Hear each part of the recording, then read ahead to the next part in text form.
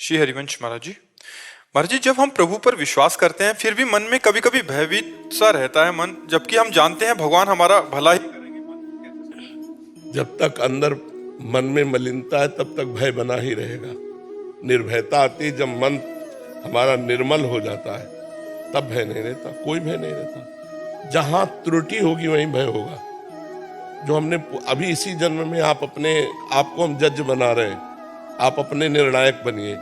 आपसे ऐसे पाप हुए आपको दंड नहीं मिला, और वो पापों का अगर आपको दंड मिले तो आप विचार करो कितना भोग सकते हो। क्या भगवान ने आपको दंड दिया? न सरकार ने न भगवान ने, तो वो कोई फ्री थोड़ी है। वो आपके अंदर भय देता रहेगा, चिंता, शोक, भय, उद्वेग, और आगे चलकर आपको पटकेगा भी, गिराएगा भी। जो तुमने बोया है पहले उसे काटो। देखो, हम तुम तो मनुष्य हैं, भगवान के बाप की बात बता रहे हैं। श्रवण कुमार को शब्द वेदी बाण मार दिया। उन्होंने समझा कोई मृग पानी पी रहा है। वो छोटे से घड़े में पानी भर रहे थे अपने माता पिता के लिए। माता पिता को तीर्थ यात्रा कांवर में करवा रहे थे, तो उन्होंने शब्द वेदी बाण संधान किया। वो जाके श्रवण कुमार की छाती में लगा। जब वहां गए तो देखा मनुष्य, अब तो बड़े परेशान हो गए। फिर उन्हें प्राण निकल गए तो पानी लेकर गए श्रवण के माता पिता के पास।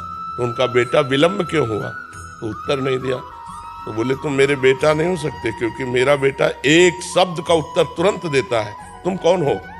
तो उनका मैं चक्रवर्ती सम्राट अयोध्या नरेश महाराज दशरथ हूँ। मेरे से अपराध बन गया, मैंने शब्द वेदी बाण का संधान किया और तुम्हारा पुत्र मर गया। तो उनका अब तो हम जीवित नहीं रहेंगे, क्योंकि आंखों से अंधे हैं। तो उन्होंने कहा हम सब व्यवस्था करेंगे। बोले नहीं, जैसे मैं आज अपने पुत्र वियोग में तड़प के मर रहा हूं, ऐसे तुम भी पुत्र वियोग में तड़प के मरोगे। ए भाई, हम तुम तो भजन करते हैं भगवान का। उनके बेटा भगवान थे राम जी। राम जी के ही वियोग में तड़प तड़प के दशरथ जी के प्राण गए। अब ये महान हुआ कि भगवान के वियोग में गए, लेकिन पुत्र वियोग में ही तो गए ना। हम जो कर्म हमसे बनेंगे उनको हमें भोगना पड़ेगा। तो हमारे भजन करते हुए जो भय रहता है वो पूर्व का पाप है। अगर वो पाप नष्ट हो जाए तो अभी निर्भय हो जाए। भक्त निर्भय होता है, निश्चोक होता है, निश्चिंत होता है, संशय रहित होता है, विपरीत भावना नहीं होती। ये 5 बातें उसमें आ जाती हैं जो भगवान का निष्पाप भक्त होता है। नहीं तो चिंता, शोक, भय, उद्विग्नता ये अंदर बनी ही रहती है। तो और नाम जप करो और भगवान का भजन करो, तो अपने आप हृदय पवित्र होगा, तो भय खत्म हो जाएगा। भय क्या? जब असली में ज्ञान हो जाएगा कि भगवान सर्वत्र है, तो तुम चाहे जहां हो वहां भगवान है। भगवान सब समय है, तो तुम किसी समय भी हो भगवान है। भगवान सबके हैं, तो तुम्हारे भी भगवान है। तो अब हमको भय क्या? हमारे पास भगवान है, इस समय में भी भगवान है, भगवान हमको प्यार करते हैं, तो हमें फिर मार कौन सकता है? निर्भय हो जाए। लेकिन हमारे पाप अंदर है, वो हमें संकल्प विकल्प कराकर भयभीत कराते रहते हैं। तो नाम जप करो, भगवान की कथा सुनो, भगवान की सेवा पद्धति घर में विराजमान करो, और दूसरों को भगवान के भाव में लाकर अपने भाव में कि इसके अंदर भी भगवान है। किसी एक पशु पक्षी की भी सेवा कर लो तो हृदय शीतल हो जाएगा। ये बहुत जोर की हम आपको बात बताते हैं। किसी की भी सेवा कर दो, तुम्हारा मंगल हो जाएगा। किसी मनुष्य की, किसी पशु पक्षी की, किसी के कभी ऐसा अवसर भगवान दे कि कोई तड़प रहा है और आपको धन लगा के, तन लगा के सेवा करनी पड़े, तुरंत कर देना। फिर देखना आपका काम बन जाएगा। सारी विपत्तियां धीरे धीरे हट जाएंगी और संपत्ति आने लगेगी। जी।